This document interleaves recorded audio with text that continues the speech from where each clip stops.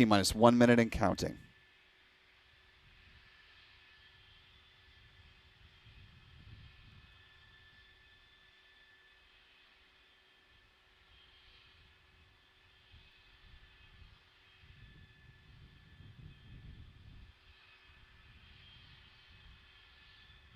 Forty seconds.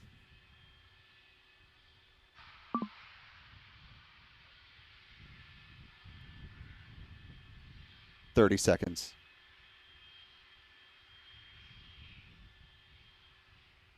SpaceX has passed through the prop load gate, as they call it. We should be hearing the call that they are go for launch momentarily.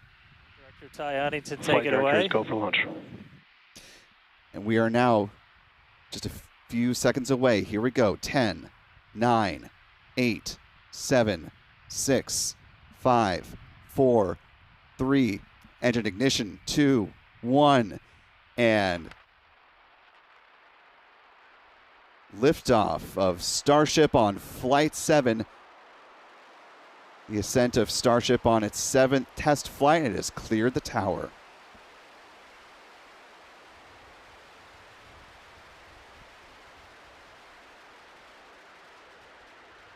Looks like all 33 Raptor engines on the base of the Super Heavy booster are performing as expected, and a good ascent 30 seconds into flight.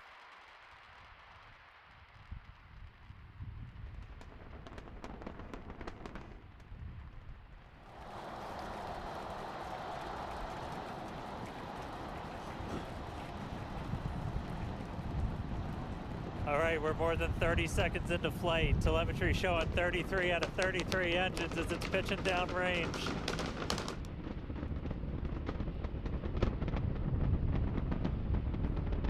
Now more than a minute into flight.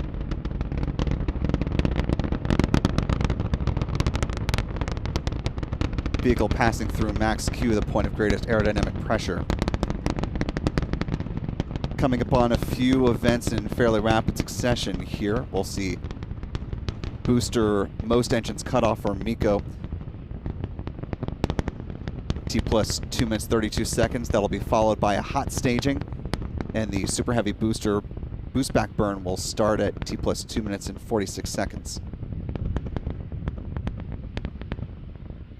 Call for max Q.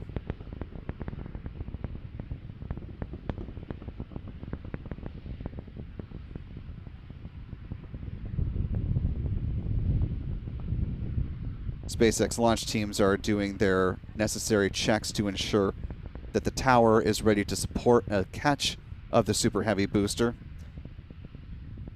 They'll also be tracking data coming down from the booster itself, and they will make a manual call on whether they're going to be pursuing the catch or not.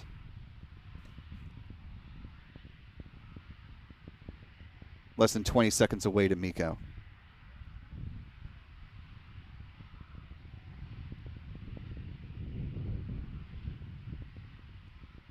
Some great tracking work by the team here. Coming up on MECO now. There you see MECO. Next will be hot staging. And the boost back burn startup.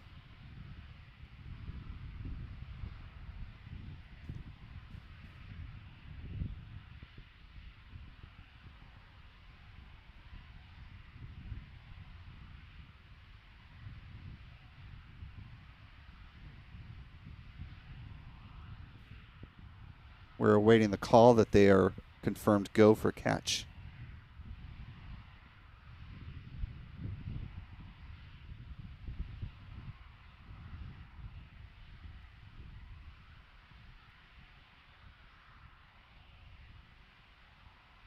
Hot stage jettison coming up here in just a few seconds.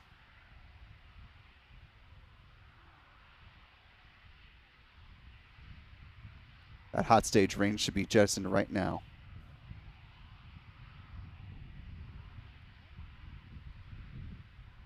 Confirmation there, go for booster return. SpaceX is in fact going to go for the catch today.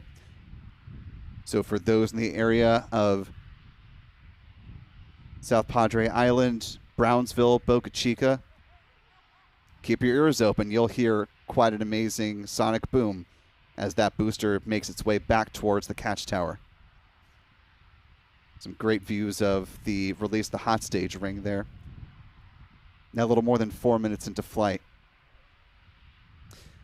Coming up next, the Super Heavy booster will be transonic, or traveling below the speed of sound.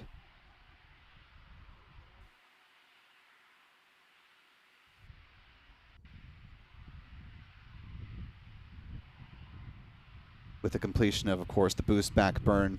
The landing burn will begin at about T plus 6 minutes and 35 seconds, less than 2 minutes from now.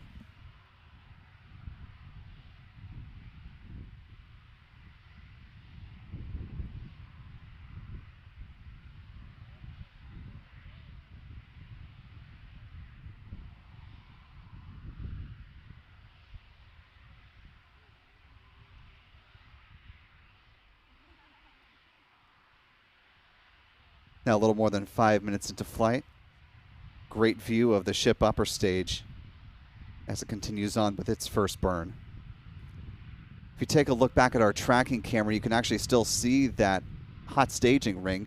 It's the little white dot just beneath the booster there at the top of the frame.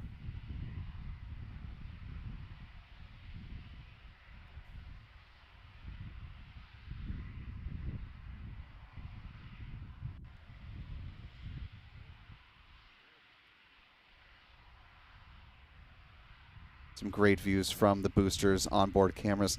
SpaceX said that they had 30 different camera views that are on board the ship and booster with this go around. So expect to see a lot of interesting views that perhaps we have not seen before as the booster makes its way back down in anticipation of the catch.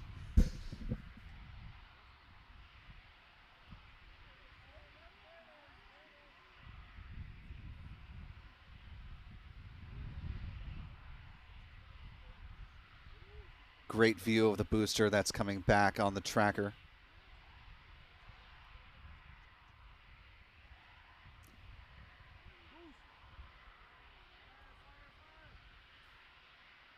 Landing burn set to begin in about 5 seconds.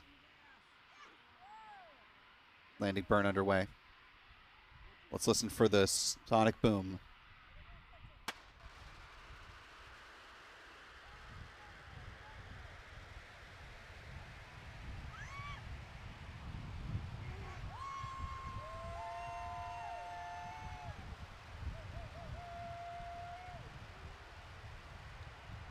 And it looks like a good catch of the Super Heavy booster for the second time.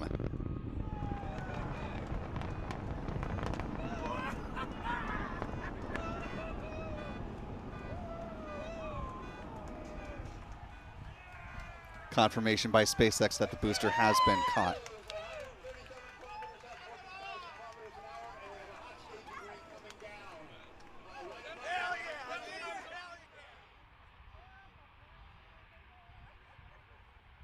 Big congratulations to SpaceX for, on attempt number 3, and for the second time, catching the Super Heavy booster back safely at the tower in the arms of the chopsticks.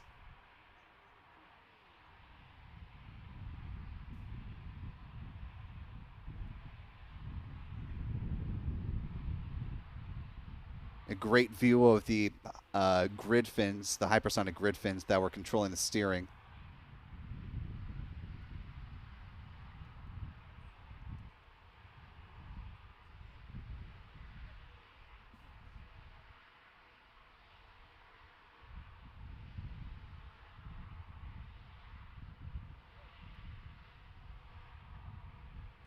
And as the Super Heavy booster has been caught, the ship upper stage still soldiers on.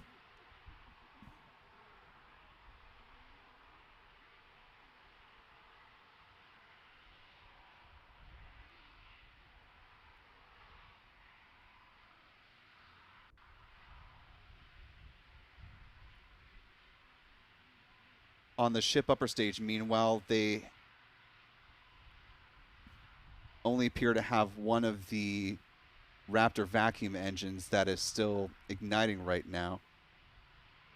no telemetry data coming in at this point in time either.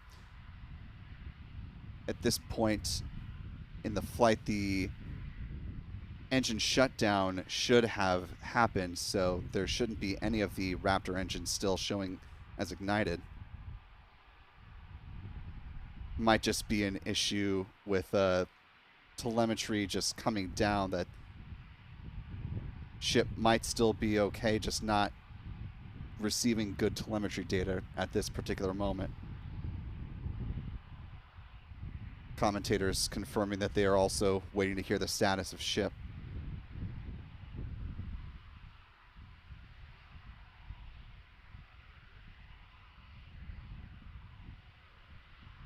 One part of this mission appears to have gone exceedingly well, waiting to get the status of the ship upper stage, S-33. Notable, this was the first Block 2 version of the ship upper stage.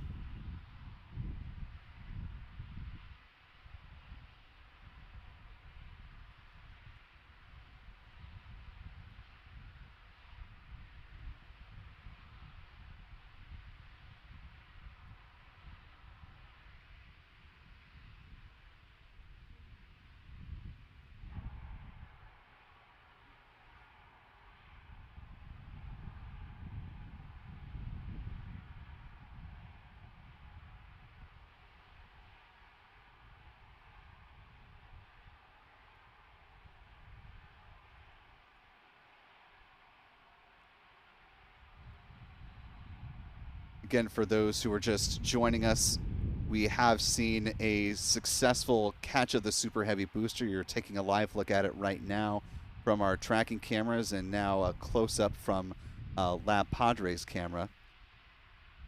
However, we are still awaiting the status of the ship upper stage as the telemetry data froze a little bit into the flight.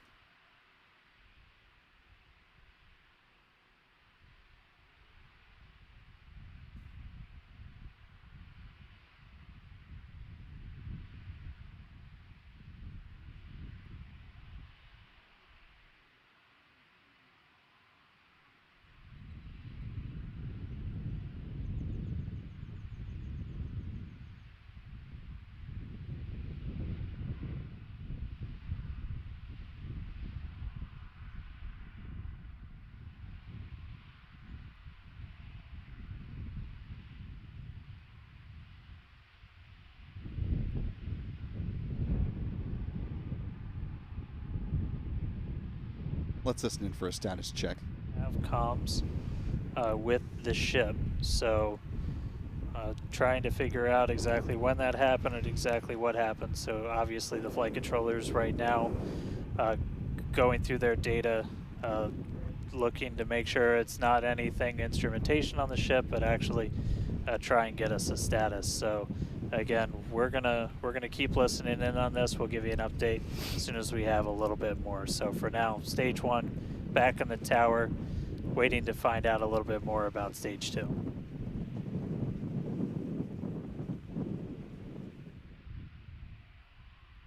And there you have an update from SpaceX commentator. As he noted, that they have lost communications with the ship upper stage, going back and reviewing the data as they have it right now to determine when that cutoff happened and get some indication of why. Meanwhile, a great view of the engines at the base of the Super Heavy booster that supported this return to landing site operation with a catch, the second for SpaceX out of 3 attempts.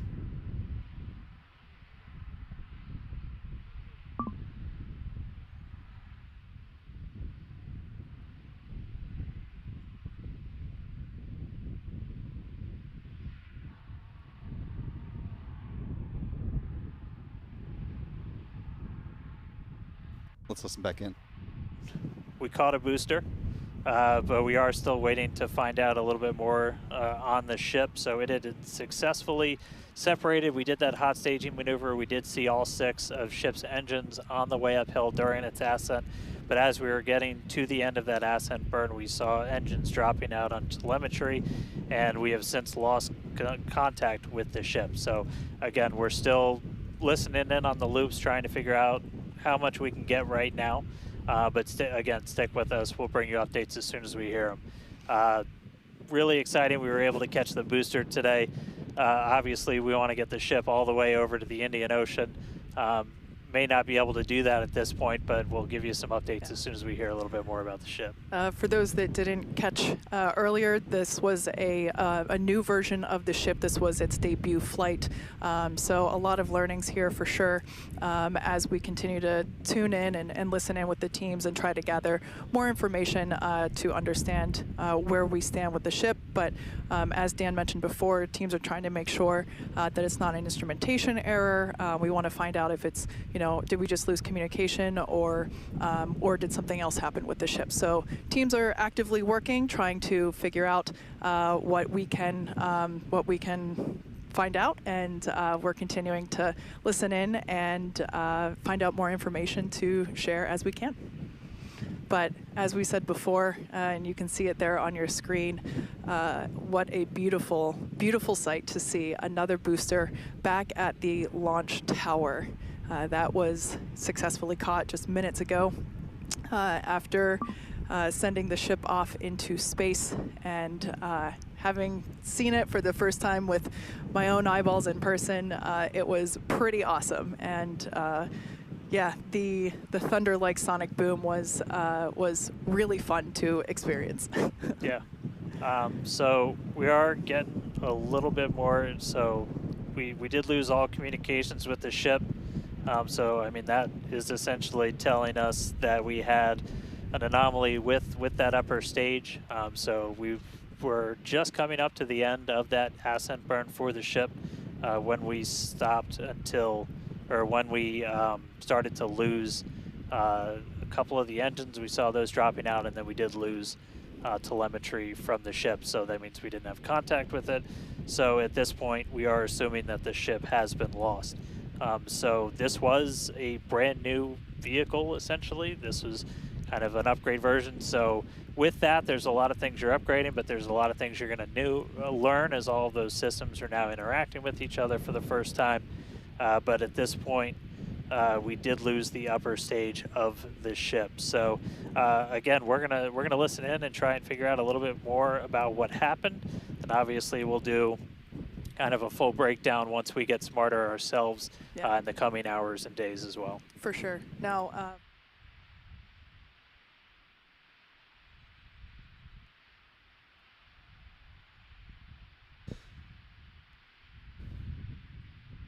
Now 17 minutes post liftoff, as you've been hearing from the SpaceX commentators, the ship per SpaceX has been lost after they had lost communication.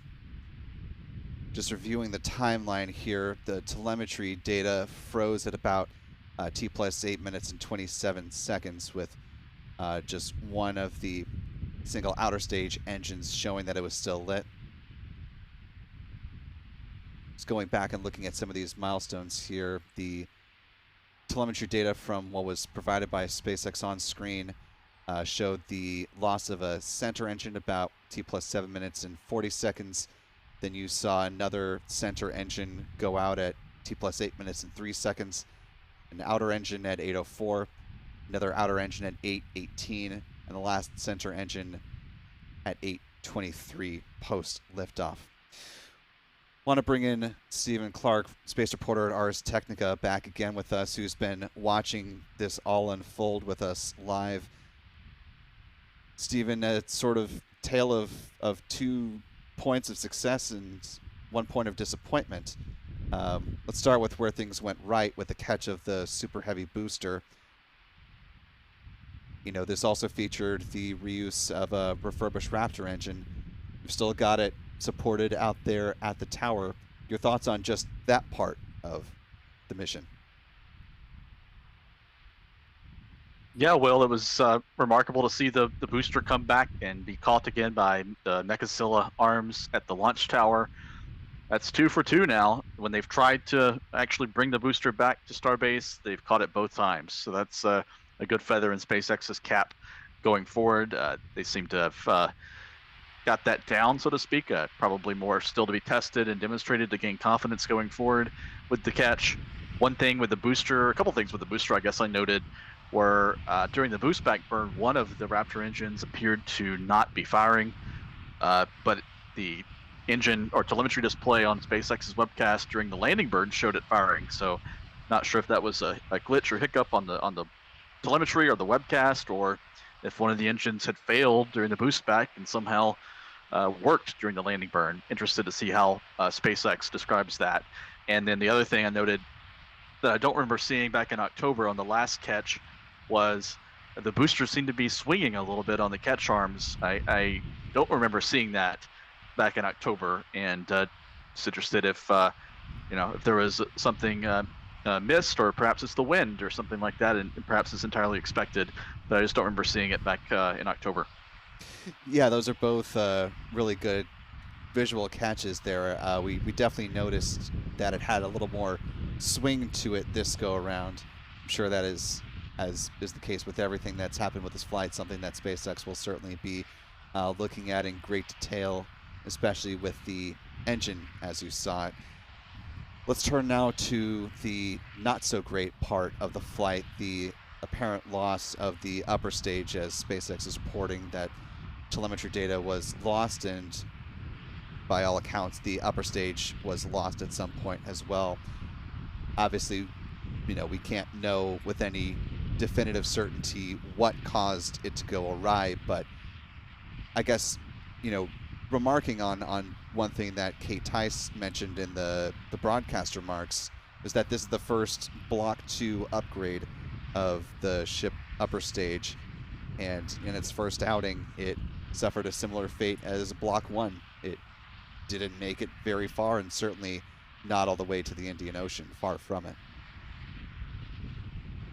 Yeah, it was still over the Gulf of Mexico at the time that the telemetry was lost with the ship. So you noted the times, I noted the same times of those various events, T plus 7 minutes and 40 seconds or so when the first engine appeared to shut down, according to the telemetry display on SpaceX's video, followed by more engines shutting down, and then total loss of signal about just short of the 8.5 minute point of the flight. And that was roughly 20 to 25 seconds before the planned engine cutoff, when the ship would have reached its planned trajectory. So whatever happened to the ship, we're at T plus 21 minutes now. I'm guessing it's actually still in flight, the ship or the debris from any sort of mishap, and will be coming down. Have to refer to someone like Jonathan McDowell or somebody to plot out exactly where the debris may fall, but I would guess perhaps the Atlantic Ocean, eastern South Atlantic, or even Africa. But I'll leave that to someone smarter to determine where the debris may fall from the ship. I will slightly refute you on the smarter point, maybe just with more refined expertise in this one specific area. That's fair. I'm actually checking his X feed right now to see if he has any thoughts on it. While you're doing that, I was just going back to see if I can find the information about the launch license that was approved for Flight 7. I have to imagine, given that this was not in character with what SpaceX was hoping or planning for with this Flight 7 mission, that this could potentially trigger a mishap investigation from the FAA, a SpaceX-led FAA overseen mishap investigation. But those details will come out in the hours to come. Of course, we're currently just at the top of the hour, 6 p.m. here on Thursday, so may or may not get word from the FAA at this late hour, although I believe they may be reachable at this point. Anyway, we'll do some of that reporting in the hours and days to come. Given that the SpaceX webcast, though, is still live at this point in time, we could infer from that that there may be an additional update from the SpaceX commentators on either the status of what happened with the ship upper stage. Actually, let's listen in. Going to stick around as we were checking in on the status of the ship. At this point in time, we can confirm that we did lose the ship. However, Starship, the total vehicle, did have an on-time liftoff at 4:37 p.m. Central Time from the launch pad just behind us at Starbase Texas. Gorgeous ascent and successful stage separation. The booster pushed the ship off, and the ship disconnected during that stage separation. The booster came back for a successful, the second ever booster catch at the launch tower, which was pretty incredible to see. Yeah, it was great to see the booster come down, but we are obviously bummed out about ship. It looked like we lost contact with it a little under 8.5 minutes into flight. That's roughly when you start to get to that main engine cutoff. We obviously need to go through all the data. It's going to take some time. In the next hours, days, we're going to figure out exactly what happened, come back, fly the next one, get even farther. Reminder, it's a test. It's a flight test. It's an experimental vehicle. So we'll figure out what ended our day today and make sure it doesn't end our day tomorrow. So as we do that, we're going to continue to provide you updates on our X account on SpaceX.com. So just continue to tune in there. As we learn what happened, we'll be ready to share it.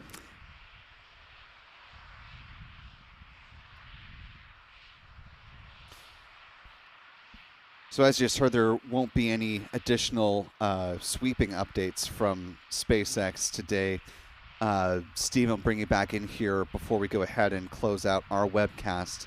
I was just reviewing the FAA's statement when it issued the launch license extension for Flight 7, noting, and I'll read this last line verbatim here, quote, mishap investigation will not be required for an uncontrolled entry, provided there was no serious injury or fatality, no damage to unrelated property, and no debris outside designated hazard areas.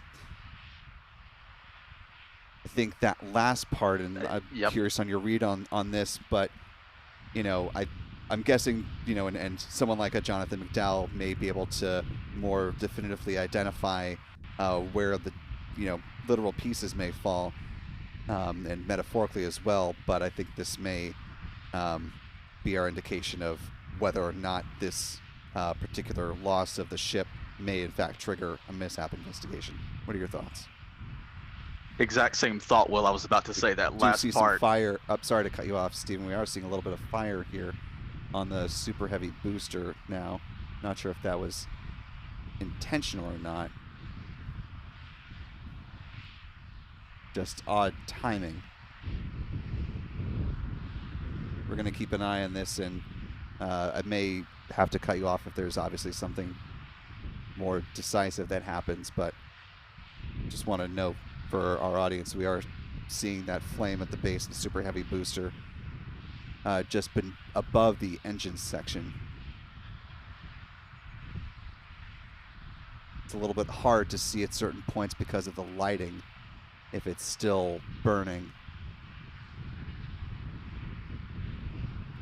We're adjusting some of our other cameras to see if we can get a better view.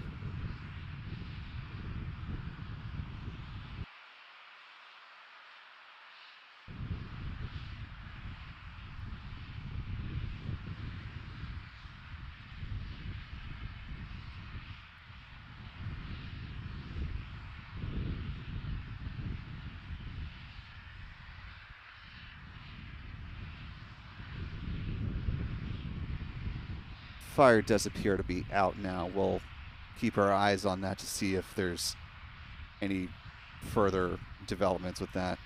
But Stephen, going back to the FAA's characterization of what would lead to a mishap investigation, or what they describe as what would not be required, or what would not trigger a mishap investigation, but your thoughts on that? Yeah, I was just going to agree with you.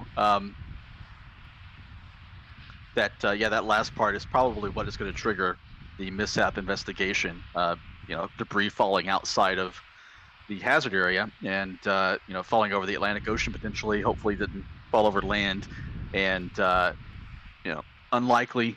Even if it fell over land, unlikely it would damage property or harm someone, but almost certainly fell outside of any hazard area. So I think that will trigger a mishap investigation.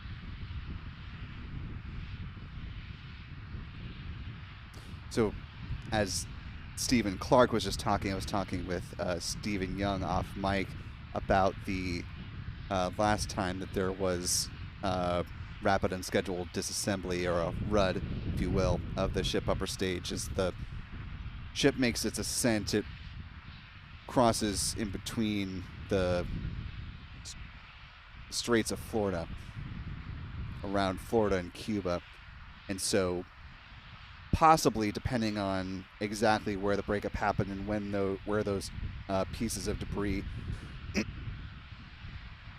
may fall back down, that could be potentially an area of investigation as well. Obviously, since this is not part of the SpaceX predicted flight plan, would not be overly shocked to see a mishap investigation be triggered by this, but we will be reaching out to the FAA and work to get you, our audience, a definitive answer on that. So look for further updates in the coming hours.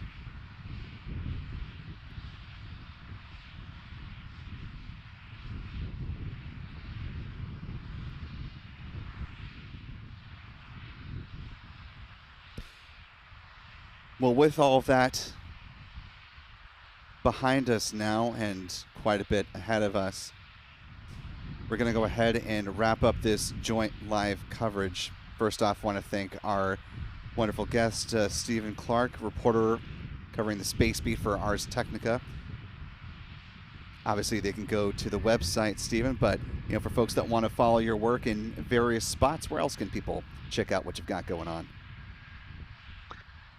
Yeah, arstechnica.com is where my work is published, and I am fairly active on X, not as much as I used to be, but I do post links to my stories on X and occasional commentary. At Stephen Clark 1 is my X handle. And we will look for your reporting on this and many, many other stories, as it's a very young year in the realm of space. And obviously, as we talked about earlier, a new incoming NASA administrator, so lots to delve into over the days, months, and year to come. Stephen Clark, Ars Technica, thanks for being with us, my friend. Talk to you soon.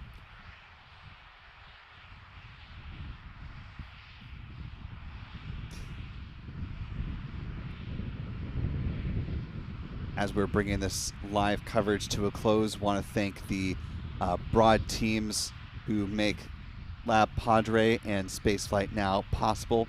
Really appreciate all the hard work that happens behind the scenes that make big live coverage like this possible, and it's a pleasure to be back with Lab Padre in a joint live stream again, supporting this coverage of what has been quite an eventful Starship Flight 7, albeit not exactly the way that folks were perhaps hoping would happen going into it.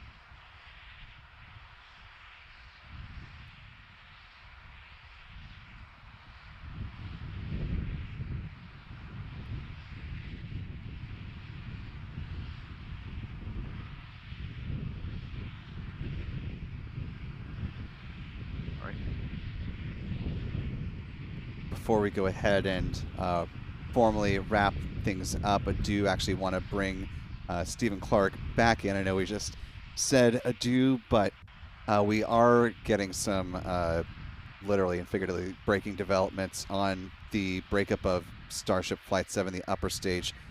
Quite a number of videos are starting to pop up online showing the breakup, and you can see it streaking up across the sky. One user describing it breaking up over the Turks and the Caicos. Stephen, you're starting to see some of these videos as well. Excuse me, voice cracking a little bit, but some incredible views of the breakup of Ship 33. Yes, yes. There's a video I'm looking at right now from the Icon of the Seas, a cruise ship that was in the Caribbean Sea, based on the originator of the video, showing what looks to be the explosion of the Starship. See a big puff in the sky right at twilight, so that probably aided in the visibility, followed by debris trails coming out of it. But you know, I would say all these videos need to be verified, but there are so many of them. I think that these are real videos, but they're pretty remarkable. Yeah, obviously we're not showing them right now, because we are not the ones who took the video, and we're waiting for permission for sharing with our audience.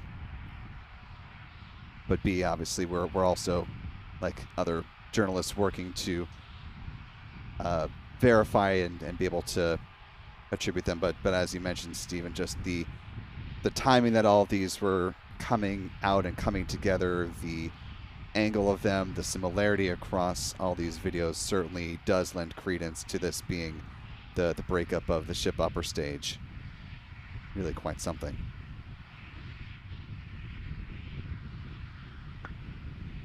Yes, I posted on X a few minutes ago. I think this is the good news is SpaceX has many ships and boosters in development and in test.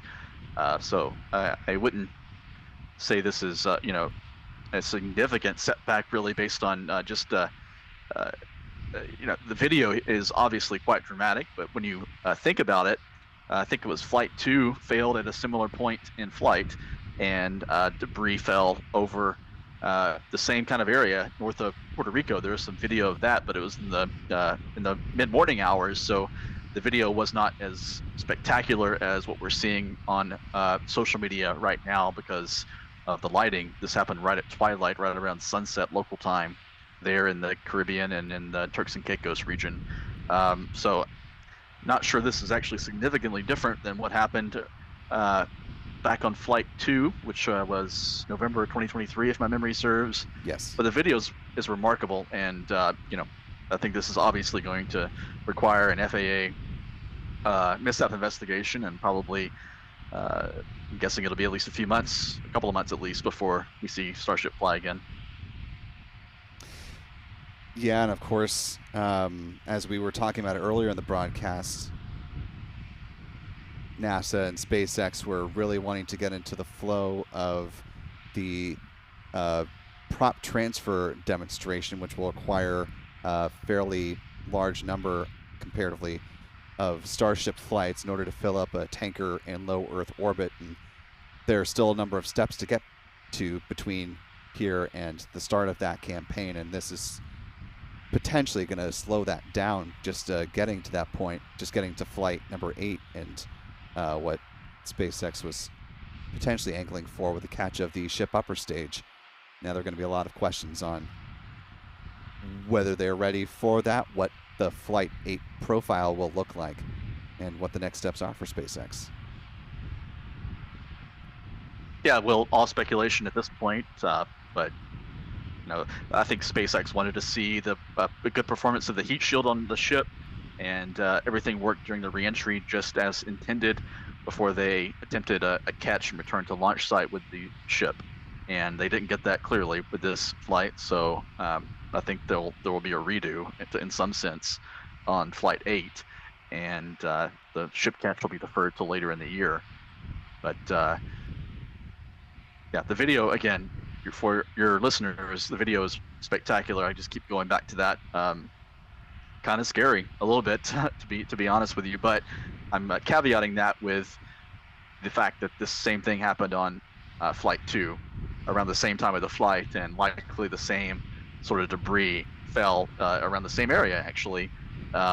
And we just didn't have the video of it because of the time of day that it happened. This happened at twilight, and it was the perfect condition. There were the perfect conditions in the area to see this and capture video of it as the debris fell into hopefully the open ocean in the Atlantic Ocean.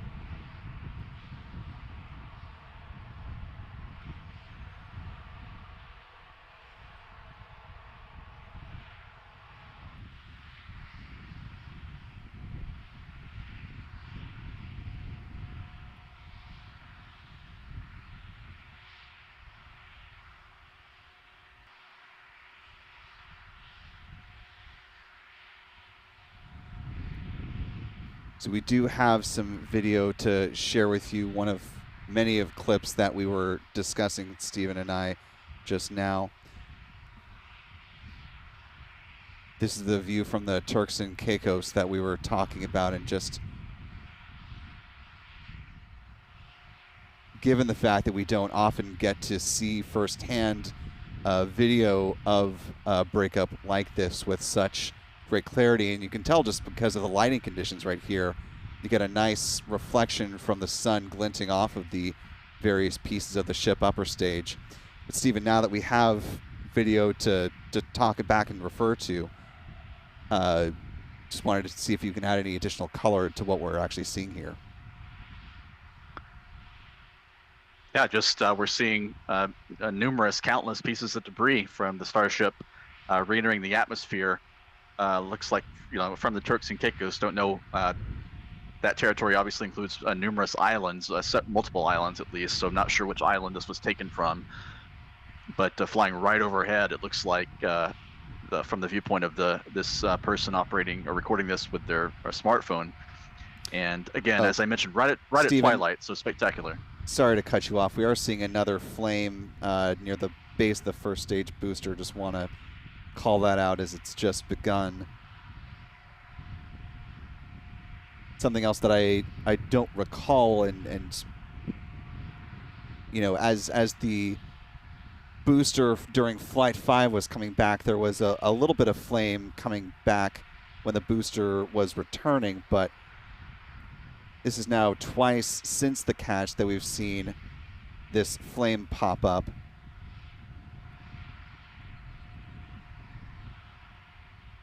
Wondering if this is a possible methane vent or we're seeing something else here. I know it's getting into a little bit of speculative territory. We don't want to go out too far over our skis with what we know versus what's actually happening.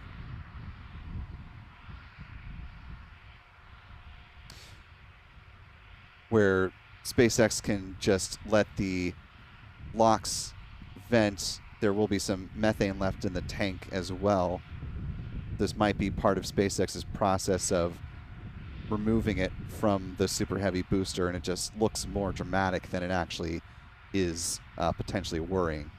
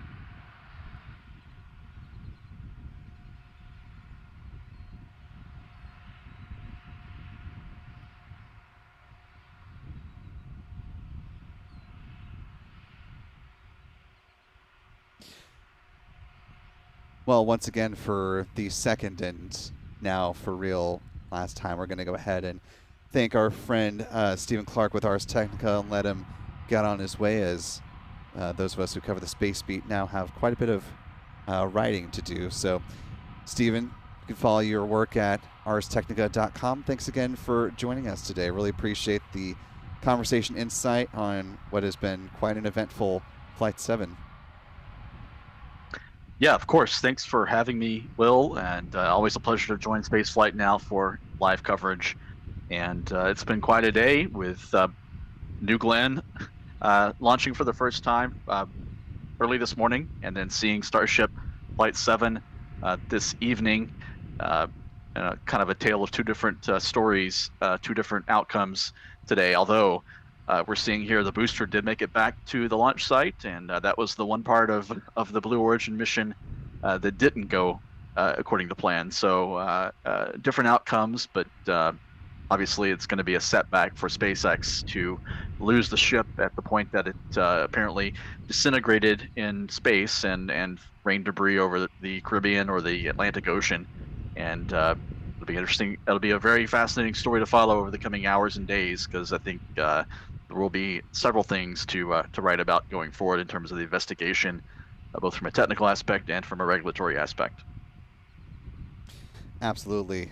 It's going to be an interesting reporting week as we're coming out to the end of it. Lots of questions yet to be answered. Once again, Stephen Clark, Ars Technica, we look forward to following your work and having you back on with Flight 8 whenever that may be. Of course, looking forward to it, hopefully at Starbase. Yes, sir. Want to thank our moderators in both live chats who've been doing some great work over the course of this multi-hour stream of big coverage of Starship Flight 7. Big thanks once again to the folks at the Rocket Ranch for supporting tracking views out there and helping us give some great context to this launch and the second booster catch so far.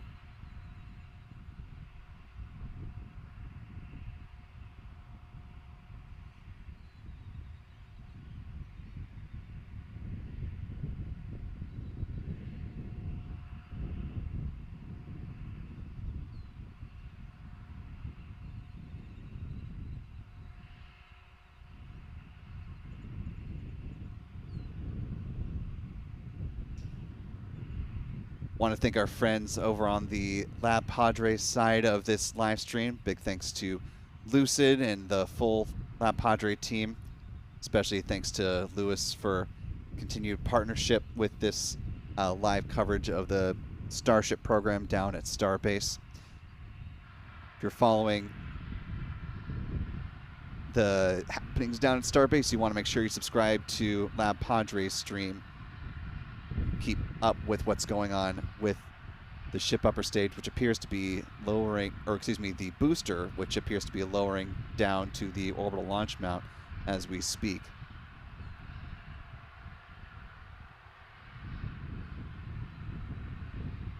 Want to thank our own photographer, Adam Bernstein, making the trek down to Starbase, providing some great tracking views as well. If you'd like to continue seeing views of the booster as it is lowered and processed, of course, as I mentioned, you can check out many great camera views over at Lab Padre's YouTube channel. We'll also have views on Spaceflight Now over on our 24-hour live stream channel, Launchpad Live.